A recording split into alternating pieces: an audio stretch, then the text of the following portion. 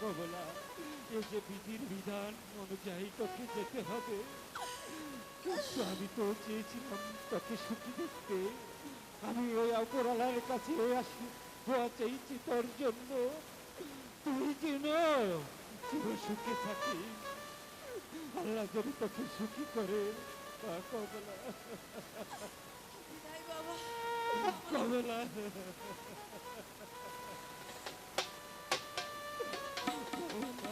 আমি যাচ্ছি বাবা, আমি যাচ্ছি।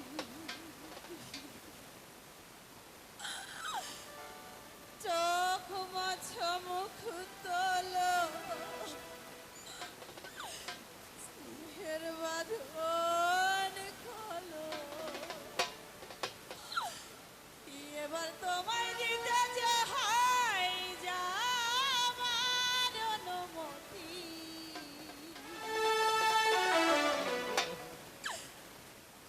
বাবা খেয়াল রেখো তুমি তোমার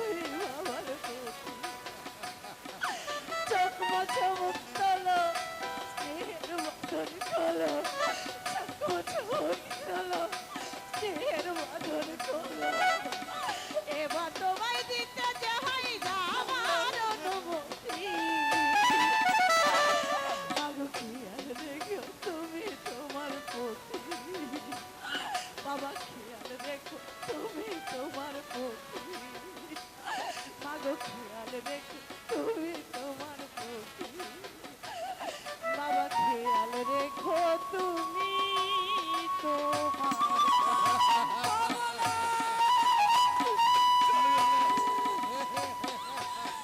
দাসী, দাসী, তুমি আমার কমলাকে এনে দাও দাসী।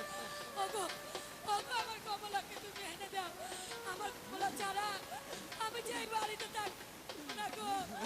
আমি তো অন্ধ হয়ে মারা তুমি একটু এই যে বিধির বিধান আমার কি কম লেগেছে বলো? আমার এ সোনার পাখি আজ খাঁচা ভেঙে চলে গেল, দুঃখ কি আমার কম হচ্ছে ওগো বলো তুমি? এই যে আমাদের নিয়তির খেলা, এটা যে আমাদের মেনে নিতেই হবে গো।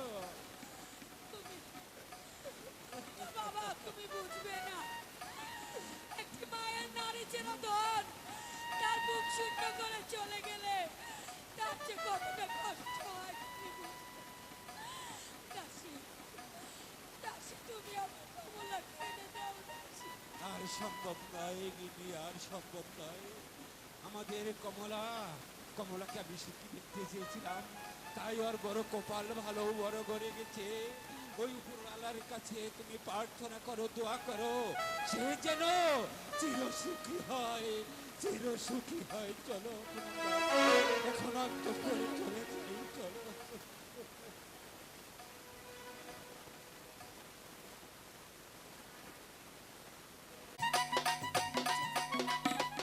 তুমি আমাদের দোয়া করো আপনি যান।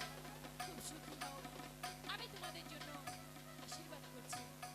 বাহ, কি সুন্দর। আমি যেরকম চেয়েছিলাম ঠিক সেরকম আমি বৌমা পেয়েছি, মনের মতো। এদিকে এসো।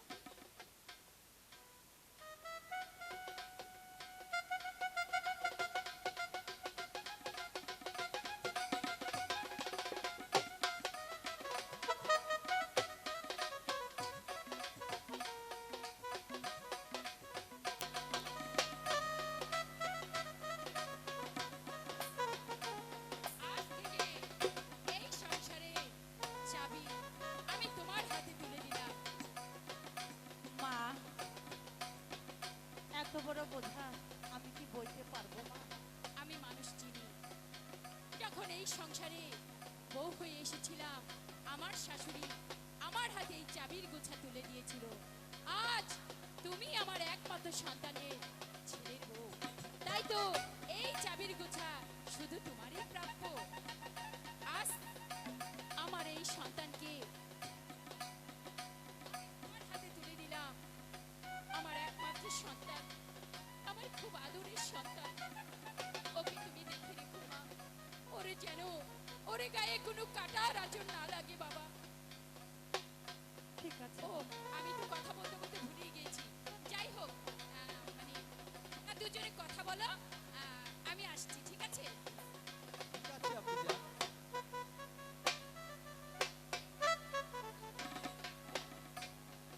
কমলা,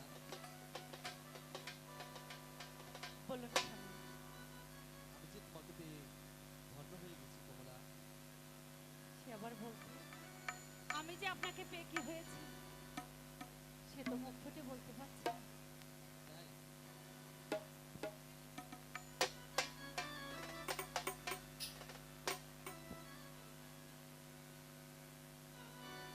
আমি তোমার বধূ, তুমি আমার স্বামী।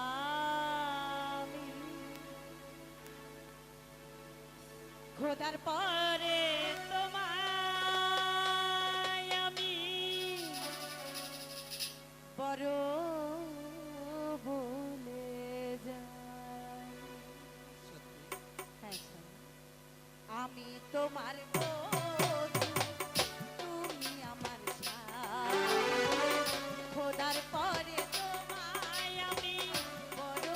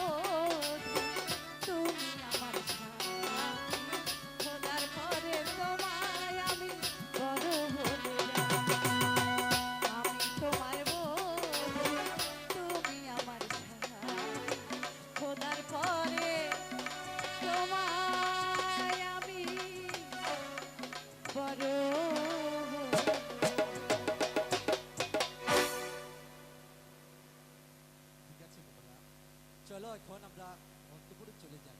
ঠিক আছে, তাই চলুন।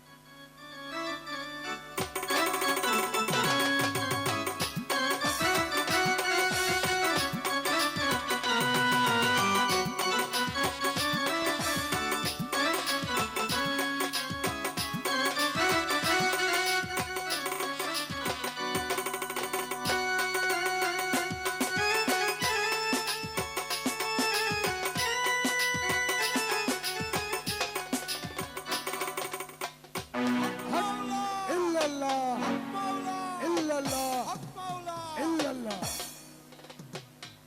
মিয়াভাই গাজী, মিয়াভাই গাজী, বলো ভাই কালো। তোমার ভক্ত জামাল বাদশা করেছে বিবাহ, সে কিনা আমাদেরকে না জানিয়ে বাসর ঘরে যাবে। না ভাই কালো, সে বাসর ঘর করতে পারবে না। কি কারণে? তাকে আমি 12 বছরের জন্য বাণিজ্যতে বাড়াবো। আমার কথা যদি করো মান্য না রাখিব, রাজ্য বাদ করবো ফানা ফানা, 12 বছর কাটাবো বলে দানা দানা। বেশ ভাই, এতে আমি অনেক খুশি। চলুন এবার আমরা অন্তপুরে বহন তবে করি। তাই চলো ভাই কালো। হক মাওলা, ইল্লাল্লাহ, হক মাওলা। ইল্লাল্লাহ, ইল্লাল্লাহ।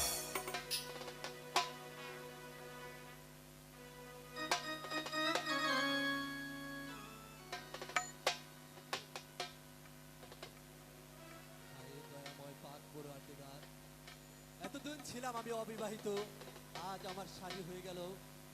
আপনি আমাকে দিবেন দেশ ও দশের ভালোবাসা, আমি যেন পারি আমার এই ভালোবাসা দিয়ে আমার প্রজা সাধারণের সুখ দিতে পাশে থাকতে।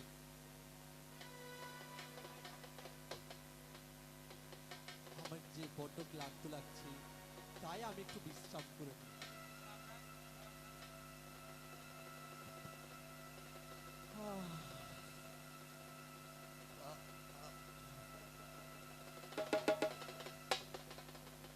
হক মাওলা, ইল্লাল্লাহ হক মাওলা, ইল্লাল্লাহ হক মাওলা। ইল্লাল্লাহ। শোনো ভক্ত জামাল, একবার নিদ্রা হতে জাগো, একবার নিদ্রা হতে জাগো। তোমার 12 বছরের জন্য বাণিজ্যতে যেতে হবে। আমার কথা যদি করো মান্য না রাখিব, রাজ্য বাদ করবো বানা বানা, 12 বছর কাটাবো তোমাকে বলে দানা দানা। চলো আমরা হলাম স্বয়ং জিন্দা পীর কালু গাজী। হক মাওলা ইল্লাল্লাহ, হক মাওলা হক ইল্লাল্লাহ, মাওলা। ইল্লাল্লাহ। না না না, একই একই স্বপ্নে দেখলাম, এই যে ছয় কালো গাছ এসে বলে গেল, ওহে জামাল, ওহে জামাল, তোর যে বাণিজ্যে যাইতে হবে, যদি যদি আমার কথা অমান্য করিস, না রাখিব রাজ্য ভাট করিব ভাড়া ভাড়া, 12টি বছর কাটাইব বলে। দাঁড়া দাঁড়া, না আমি কি করব, আমি কি করব, আমি কি করব? এই যে আমার গুরুর আদেশ, আমাকে যে পালন করতেই হবে, করতেই হবে। দেখি আমি আপনি জানের কাছে গিয়ে বলে দেখি, কোথায় আপনি যান, আপনি যান, আপনি যান।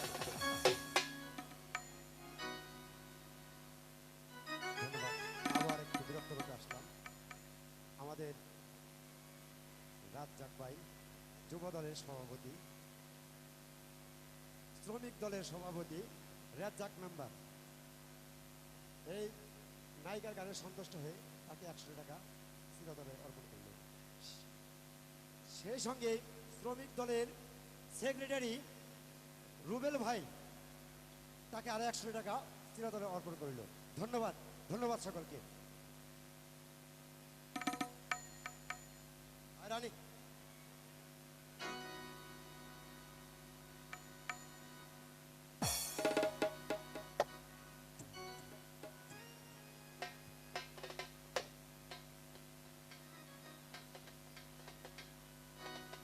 হে মেহেরবান খোদা, হ্যালো, আমার একমাত্র সন্তান জামাল বাদশা, সে বিবাহ করে খুব খুশি। তার খুশিতে আমি তার মা হয়ে আমিও খুব খুশি। আপনি যান, আপনি যান, আপনি যান, জামাল বাদশা, কি আপনি হয়েছে যান। বাবা? আমি যান, আমি ঘুমের ঘরে শুয়েছিলাম, আমি একই স্বপ্নে দেখলাম, আপনি যান, আমি একই স্বপ্নে দেখলাম। কি স্বপ্ন দেখেছো বাবা? আপনি যান, স্বয়ং চিন্তা পীর কালো গাছে এসে বলে গেল, ওহে ভক্ত জামাল, তোকে যে এই মুহূর্তে 12 বছরের জন্য বাণিজ্যে যাইতে হবে। যদি যদি না রাখিস কথা, না রাখিব রাজ্য পাঠ করিব ভানা ভানা, 12টি বছর কাঁদাইবে বলে দানা দানা। বলো আমি জান আমি এখন কি করব? বাবা জামাল বাদশা, তুমি কোনো চিন্তা করো না। এটি বিধির বিধান। তোমার পিতাও আমাকে বিবাহ করে ওই 12 বছরের জন্য গিয়েছিল বাণিজ্যে। ঠিক একই কাজ তোমারও করতে হবে বাবা। কিন্তু আমার যে একটা মানে এই কথাটা বলতে আমার খুব খারাপ লাগছে। তুমি যে বাণিজ্যে চলে যাবে, মা কমলা কি তোমাকে বিদায় দিবে? আমি জান,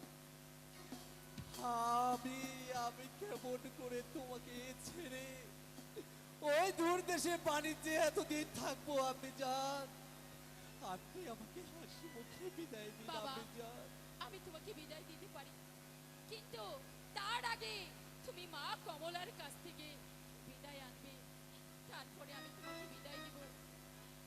কমলা যদি তোমাকে বিদায় দেয় তাহলে আমার কোনো আপত্তি নেই, আমি তোমাকে বিদায় করে দেব। আপনি জান, আমার মস্তর রইল, আমার কমলা রইল, জামাল, আমার লক্ষ কোটি প্রজা। তুমি কোনদিন তাদেরকে অসুখী রেখো না। আপনি জান, না বাবা, তুমি সুখে দুঃখে ওদের পাশে থেকো। আপনি জান, আপনি আমাকে হাসি মুখে বিদায় দেন। আপনি যান,